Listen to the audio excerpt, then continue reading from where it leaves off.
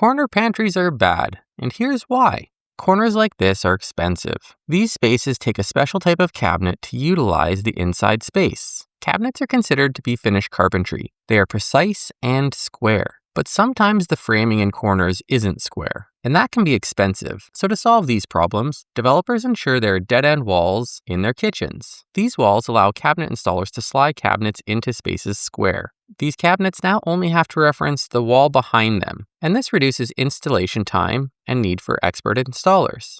And if there's any variation at the ends of the cabinets, simple filler strips can hide any problems. Because of those issues, the corner pantry was introduced, but the built-out corners of these pantries often cut off the circulation in the kitchen. And if it makes the space too tight, it can become a safety hazard, because kitchens are places of hot, sharp, and slippery things. And even if there is enough room for this pantry in the corner, it can become an inconvenience if two people are using it at the same time. Inside these pantries, you usually have a 16-inch or 45-centimeter shelf. If the shelving is deeper than that, the door and entry restrict access, making it hard to reach items further back. So the narrower shelving is used for efficiency.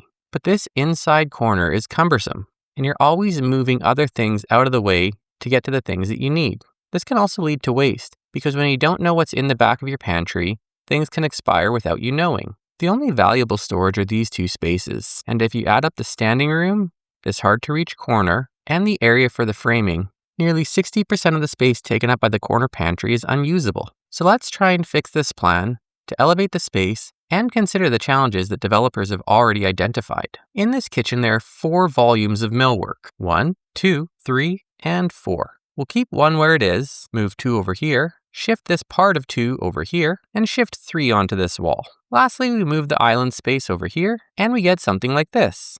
Or with a little more work, something like this. These tall cabinets give us all the storage of our previous pantry space in a form that's fully accessible, and we gain a little more storage in this back corner. The shallow cabinets help make sure nothing gets lost in the back, and we can easily see everything. We've created a larger kitchen island with storage accessible from both sides, and we've provided a deeper overhang at the breakfast bar, so it's more comfortable to use. This design has a stronger kitchen triangle, and if you have the ability, you can add a large floor-to-ceiling window that opens up the space and brings in a lot more natural light. Now you may get some pushback, saying that this extra cabinetry is expensive, but remember this, you're not paying for someone to frame in the old pantry space, or pay for the materials to build it. No one needs to come and mud and tape the space, sanding it, priming it, painting it, or install those cheap shelves that you often see on the inside. And lastly, you're also eliminating some electrical costs, as you're not installing that light that's often above the door. So with all those savings and full access to all your storage, we've designed a kitchen that avoids expensive corner cabinets and expensive labor. Do you think we made this better or worse?